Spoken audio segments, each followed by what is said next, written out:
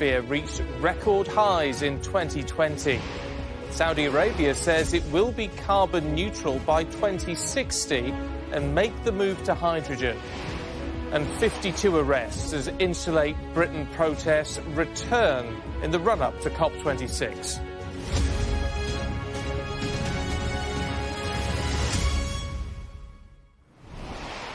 Oh, hello and welcome to the UK's only daily climate news show where we track the changes happening to our world right now and challenge those coming up with the solutions.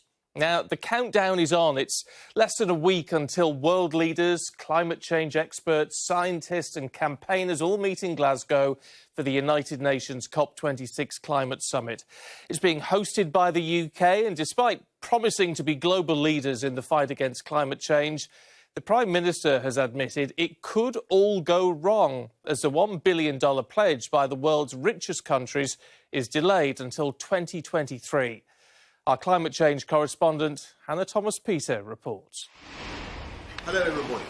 The Prime Minister taking a special Downing Street press conference for children. An unforgiving crowd at the best of times, particularly on climate change.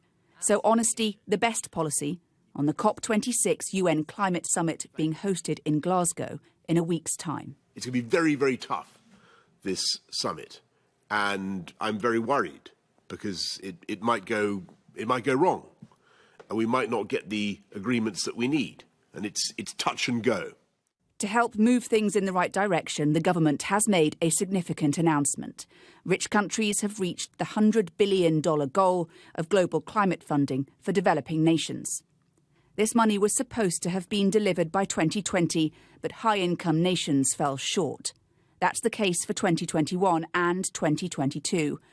The next 3 years, up to 2025, are more positive. But for those waiting for the money, being years late is a big deal. As COP26 President, do you accept personal responsibility for that and any potential negative consequences for negotiations at the Glasgow summit? We are seeing progress through this delivery plan. I think this is the most transparent set of forecasts of this nature that we've ever had.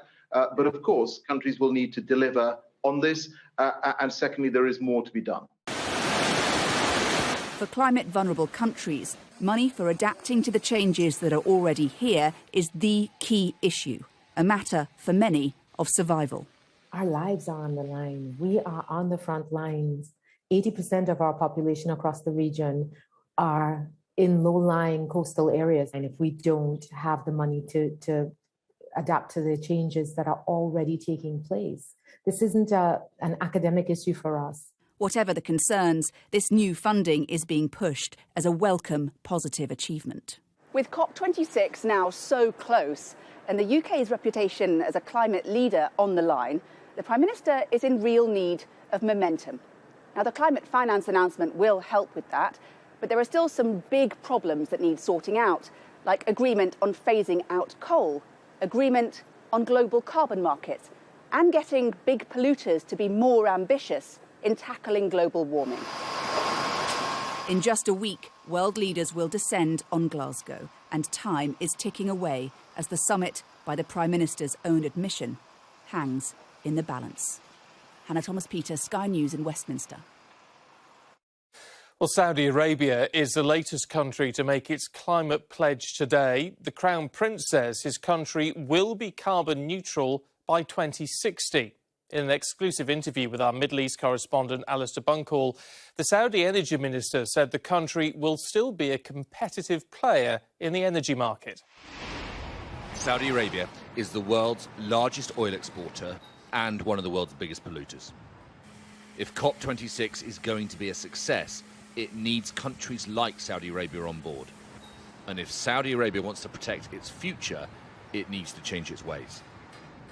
The Saudi economy and Saudis themselves have grown rich off the back of oil. Riyadh these days is a city of fast cars, glass towers and luxury shops. It is still strictly Islamic in many ways, but it is increasingly liberal too. Oil has bought Saudi Arabia regional power and global influence. And so if the country moves away from oil, which, well, ultimately they must, then Saudi Arabia's position as a major player in the Middle East could be at risk. At a conference in Riyadh, senior government ministers have been discussing the future. The Kingdom of Saudi Arabia announced the Saudi Green Initiative. It has the backing of the Crown Prince Mohammed bin Salman. It is the usual showcase of technical revolution supported by grand promises that will land well in Western capitals. Saudi Arabia's energy minister, half-brother of the Crown Prince and one of the country's most senior politicians, insists they can deliver. Your power and your influence globally and regionally has come about as a result of the vast wells of oil that you have. If you move away from that, potentially you might see that others will compete for influence around the world. No, we're not moving away from that as opposed to diversifying with that. So we will be, I call ourselves now that we're transforming ourselves to an energy country. Why? Because we have reasons to believe that we are there. We believe that we will continue to be competitive. We believe that we could produce hydrogen, and again, we will be the cheapest producer of hydrogen. Saudi Arabia is having its hand forced, no doubt. The world is moving away from oil, whether they like it or not. So are we in a position now, is the world in a position where at some point in the future you can see the end of oil? Oil and gas will continue to be part of the energy mix for decades. That doesn't mean they will not be, they will be the same. They will be cleaner. This is unusual in Saudi Arabia. The younger generation being asked and giving their opinion. Really, we see hope. We can see at the end of the tunnel. And as a youth, as a Saudi youth, I'm really proud that we're going through that. You see movements, you see youth being engaged, being empowered. You do not change an entire culture, an entire state built on energy in one day or overnight. Everyone used to think that our generation is all about oil and money. That's definitely not the case. We definitely think more greener, we think more leadership, we think more innovation. Saudi Arabia's record on human rights hangs over this country. So too, its involvement in the Yemen conflict. But if they can get their climate initiatives right and make good on their ambitious promises, the country's international reputation will be the better for it. Alistair Buncan, Sky News, Riyadh in Saudi Arabia. Now, China has also announced the details of its plans to reduce emissions over the next few decades, but has failed to make any new or more ambitious pledges ahead of COP26. Now, China says fossil fuels will form less than 20% of its energy mix by 2060. Insulate Britain has made a comeback today, blocking major roads across London. 52 protesters have been arrested with injunctions granted by the High Court, meaning they could be landed with hefty fines or even a prison sentence. The group is calling for the government to insulate all homes in the UK by 2030 to cut carbon emissions. Greenhouse gases in the atmosphere once again reached a new record last year. The World Meteorological Organization said the temporary decline during the pandemic did not have a lasting impact on atmospheric levels, with CO2 reaching 149% above pre-industrial levels. We cannot wait, otherwise we will lose the Paris targets, and we would suffer for the coming hundreds or even thousands of years because of high level of carbon dioxide. Well, let's have a look at some of those global emissions on our data dashboard, and this is where we are with CO2 emissions, and you can see it's clicking up really all the time, and that impacts this number. That's the global temperature, which is currently, as you can see, just above 1.2 degrees, with 1.5 degrees seen as that point of no return. Well, let's return now to COP26 being held in Glasgow this weekend. And with the world watching, Scotland's First Minister, Nicola Sturgeon, has been wasting no time ensuring the country is taking a tough stance on climate change. We aim to reach net zero and therefore completely end Scotland's contribution to climate change by 2045 at the latest. Our targets are not just amongst the most ambitious anywhere in the world, they are also amongst the toughest. Well, preparations are underway in Glasgow to get ready for the thousands of people travelling by train and even walking or cycling to Scotland for the event. James Matthews reports. They've been in training.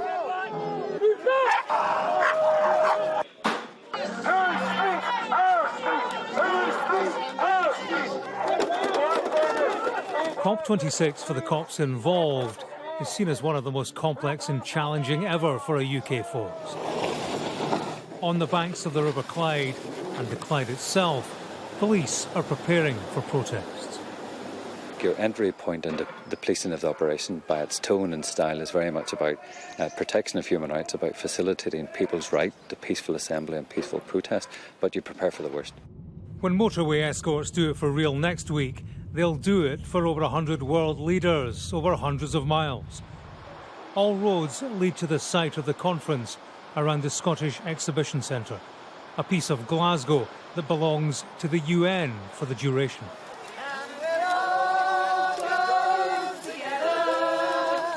There'll be voices heard inside and outside the conference venue. Among them, this group of pilgrims walking 500 miles from London to Glasgow. It's the most important conference, climate conference of my lifetime. This is a crisis for humanity, climate change. I think it shows the depth of our commitment, that we were prepared to walk 500 miles. We need to put pressure on governments to do the things that they need to do. World attention on Scotland's shores concentrates minds in Scotland itself, like at this Troon Primary. Here, world leaders are in their sights. Climate change is on their minds. We would have to stay away from the beach and change schools. I've put up posters by all the sinks in our school saying turn off the taps. More houses should have solar panels. We fix it by lowering the prices of electric cars so normal everyday families can buy one. But I think if we act now and we act fast, there won't be much left to worry about. COP26 is all about action and action stations. James Matthews, Sky News, Glasgow. Well, do stay with us, because coming up after the break, we're going to be talking about the differing climate change pledges around the world, as well as how now record-breaking fuel prices could shape climate policy in the future. I'm going to be joined by the Acting Director of the Energy and Climate Intelligence Unit, Seppi Gulzari-Munro, and Extinction Rebellion activist and co-founder of the COP26 Climate Action Plan, Chidioti Obihara.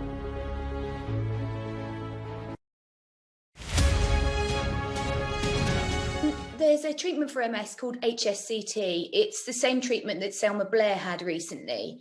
And I've had MS for 10 plus years, but in the last couple of years, I noticed it was getting a lot worse. MS is multiple sclerosis, and it's a disease, an illness, which stops the neurological pathways from going from your brain to different parts of your body. So it stops the signal going there. So it's very debilitating, and everyone has MS in a different kind of way. I looked into having HSCT done in the UK, and it's impossible unless you go privately, and it is just so ridiculously expensive in this country to have it done. So I took the option to fly to Mexico to have the treatment done, because Mexico and Russia are the leaders in this treatment. So although Mexico have been doing it for 10, 15 years, they don't know the full outcome. But for me, it has an 80% chance of working, and it saves me having to take drugs for the rest of my life. If this works, then my MS will be halted. I will stay where I am now, which is still mobile and still slight cognitively able, not always, but it will mean that my MS won't get any worse. And I just really want to try and raise awareness for this, to try and also get neurologists in this country to know a little bit more about it, so that when people who are living with MS like me go in to see their neurologist, they don't feel like they're just getting completely poo-pooed about something that is such a brilliant, hopefully life-changing treatment. The drugs that are given to us in the UK, which is amazing. I don't want to be against drugs because they work so brilliantly for so many people. But there is another thing that is groundbreaking, and it's actually much cheaper for the NHS than the drugs that people are living on. So the drugs that are offered to you are brilliant and work for some people, but they can cost £60,000 a year, whereas people living with MS could have this treatment done and it only costs the NHS £40,000 for the treatment, and they may never have to take drugs again.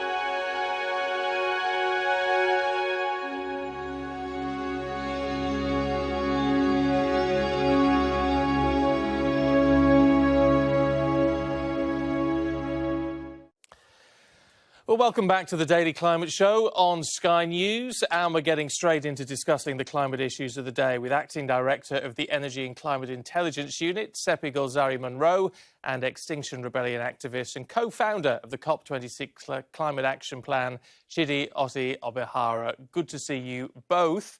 And of course, one of the big issues are these climate pledges. China announcing details of its emission reduction plans. Saudi Arabia saying it's going to go net zero by 2060. But, I mean, Seppi, is this really too little too late? We're talking decades in the future. Thanks, Stephen. I'd say, honestly, it's never too late. Every fraction of a degree matters, as the science tells us. And, you know, as a former diplomat has put it, this is not a cup final. We're not looking for someone to come out of these talks to wave a piece of paper and say we've solved climate change. These talks are there to generate the political pressure for action. And to a degree, you know, it's working. The fact that Saudi Arabia, the world's largest oil producer, that spent the best part of a few decades undermining the climate process, now feels enough political pressure to come to the table on net zero, that's progress. Yeah, I mean, there are some positive signs, Chidi, but even Boris Johnson has said today it is very, very far from clear that we will get the progress we need. Thank you. That's a valid point for Boris to make. There are no insurance policies that make sure we get exactly what we want. However, the fact that the Saudis, who are building Norm, you know, a solar city supposed to be completed by 2025, the fact that the Saudis, who have a 600 million ton per annum CO2 carbon footprint, the fact that the Saudis, who were determined, absolutely, to maintain the fossil fuel era for as long as they possibly could, are now pledging that they will sort of actually get to a point by 2030 where they cut their methane output by 30%, where they draw out a plan so that by 2060 they are net zero. All of these are great starting points for us to continue to talk to the Saudis. And just as a minor aside, while we've watched global politicians dance around the issue of net zero, I think that Prince Charles's position of being able to convince an alternative monarchy in the Middle East, with its challenges, to actually change its course from backing its national industry champion, Aramco, to turning around and saying that they will look at alternative diversification for their economy. I think these are wins. I think this is to be celebrated. OK, but, I mean, what always strikes me with all of this, Seppi, is you both pointed out the good steps forward that are being made, but there is always there's a lot of rhetoric involved here, and the action is always much slower in coming. And, I mean, even the £1 billion pledge that was meant to be, you know, beginning to be met last year has now been pushed back to 2023. The action never follows the rhetoric as quickly as we want it to, does it? Certainly not as quickly as the science says it should, and that's a fact. You know, developed countries have had 12 years to come up with this 100 billion per year. And, you know, whilst they suggest that they'll be able to meet it from 2023 and average, 100 billion over the next 5 years, it's yet to see whether that will be enough for developing countries. I mean, it's interesting in all of this, Seppi, with Chadi, with all the problems that arise when we look at the international commitments through all of this. The Secretary General said that the needed changes are economically affordable and technically possible. There is no time to lose. Now, when we hear those sort of words, to say it is technically possible and economically viable, that leaves us with very little excuse. We need to put much more pressure on somehow, don't we? 100%. I mean, to even narrow it more firmly, the UN Secretary General called this a code red year after the IPCC's WG1 report came out just a couple of months ago. We know for a fact that there is a capacity in countries across the OECD to make very rapid changes, to decarbonize very quickly.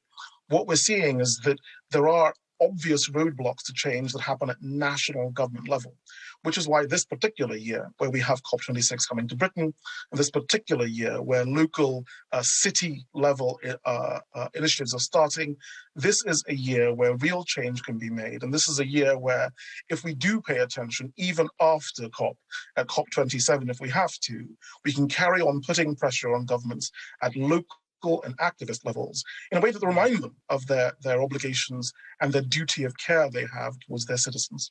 OK, well, talking of change, actually, petrol prices have hit a record high, up 28 pence a litre in the last year. Now, guys, that sounds pretty bad for the motorists, and we all need to get about. But is there a positive in all of this? Is this going to push people away from fossil fuels and onto electric vehicles perhaps more quickly? Seppi, what do you think? The first thing I'd say on this is that it's yet another blow in the rising cost of living being experienced by the UK public. And it comes really quickly off the back of this year's gas price hikes, seeing wholesale gas prices at record highs. And, we have to look at what, these things have in common. And again, it's highlighting the fact that the British public and industries are vulnerable to these volatile and increasingly expensive fossil fuels. So it does highlight the urgency to help the public transition away from fossil fuels. And one positive announcement in that regard was actually last week's net zero strategy, where the government announced a zero emissions vehicle mandate, which is requiring manufacturers to sell an increasing percentage of zero emissions vehicles each year, possibly from 2024. And that will help actually drive down the costs of reduction sooner so that ordinary households can afford them. Just a quick point on that is that actually we're looking at EVs being cheaper to buy than petrol and diesel in about 5 years' time, and that's purely through plummeting tech and manufacturing costs. Yeah, well, and that is going to be important because there's a big price gap at the moment, isn't there, Chidi? But this new survey says 24% of people buying a new car in the next year say they intend to buy electric or hybrid. Perhaps you could say it's not enough, but it's a big chunk of people. It is, and the policy that stops new diesel cars being sold in 2030 is a really important policy. But what we realise from sort of the academic studies is that the price elasticity of petrol isn't that high in the short term. So when the price of petrol goes up, people can't quickly and immediately switch. They need more important structural things like an encouragement of the government to fund a good car scrappage scheme and to enable electric and hybrid vehicles to become dominant on our streets. So, of course, today in London is the launch of the ULEZ scheme, which Mayor Khan Sadiq Khan has lauded as a good way of getting a lot of diesel and petrol cars off the road, and we very firmly support that. The one thing I would add is that when you look at the marketplace as it exists now, we're looking at the way that all fossil fuels across the energy value chain impact everyone. It isn't just motorists, it's also utility companies that are suffering terrible damage from increasingly volatile oil and gas markets. So transition for the public is not just about transport, it's about energy as a whole. It's about our utilities, it's about transport, it's about our manufacturing, it's about reorganizing society in a way that makes things better for everyone. We're out of time, but Chidi, Seppi, good to see you both. Thank you. Do stay with us. More coming up.